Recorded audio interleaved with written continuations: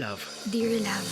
Dear Love. Dear Love. Sa Love Radio.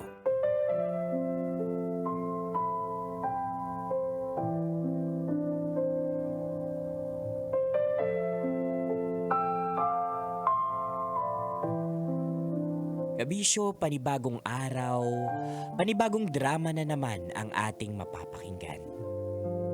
Ihanda ang inyong mga puso dahil narito na ang pasilip sa kwentong dapat nating abangan ngayong araw.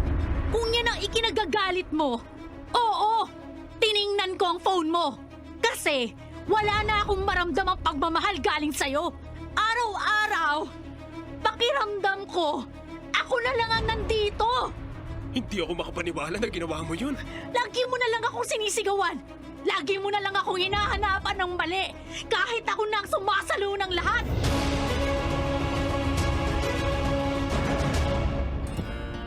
Ay grabe naman yun mga kabisyo, broskis.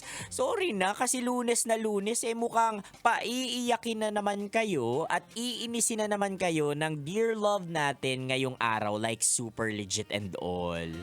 Anyway, bago natin pag-usapan kung ano yung magiging Dear Love natin ngayon, syempre, good morning Metro and Mega Manila, marhay na aga sa Indogabos like super legit and all.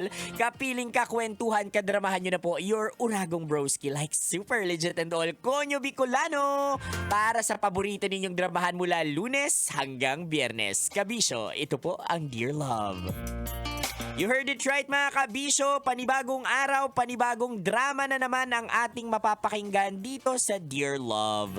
At syempre sad man yung mga endings natin dito sa Dear Love, happy or minsan questionable talaga. Gusto kong magpasalamat sa inyong lahat dahil patuloy nyong minamahal ang mga kwento natin sa Dear Love. Maraming salamat po.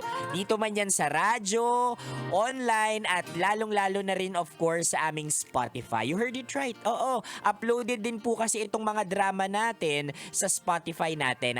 Hanapin nyo lang po Dear Love. Oh, 'di ba? Para anywhere, anytime pwede ninyong balikan yung mga drama nga nagpakilig sa inyo like super legit and all. Uy, pero syempre iba pa rin kapag pinapakinggan nyo yan dito sa radyo. Oh, iba pa rin yung maririnig ninyo yung actual na reaction ko. Oo, kasi minsan halos hindi na ako makapagsalita. Oo, dahil naiiyak na lang ako. Sa pag-iyak kong yun, hinihintay ko na lang na tawagan ako ng management. Oo, sasabihin what happened. Tapos wala na ako dito. Hindi, kasi yun naman talaga ang pinakapunto ng Dear Love, 'di ba? Although yung mga recorded na at talagang edited na yung mga kwentong ine-air natin dito, organic at walang halong chemical yung mga reaksyon na ibinibigay ko dito.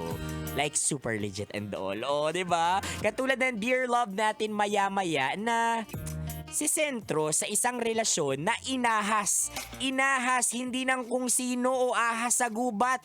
Inahas ng isang kaibigang pinagkatiwalaan niya. Nako, ito yung pinakamasakit talagang pwedeng mangyari sa atin Ang pagtaksilan tayo ng taong mahal natin at ang naging dahilan pa ng pagtataksil niya yung isa pang tao na pinagkakatiwalaan natin at tinatawag nating kaibigan.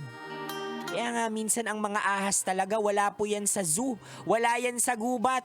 Kung minsan nasa circle of friends natin like super legit and all. Oh, sige nga pakitag yung ahas mong friend. Meron ba? Naku, kung meron, abangan nyo ang kwento natin maya-maya dahil para sa kanila ito.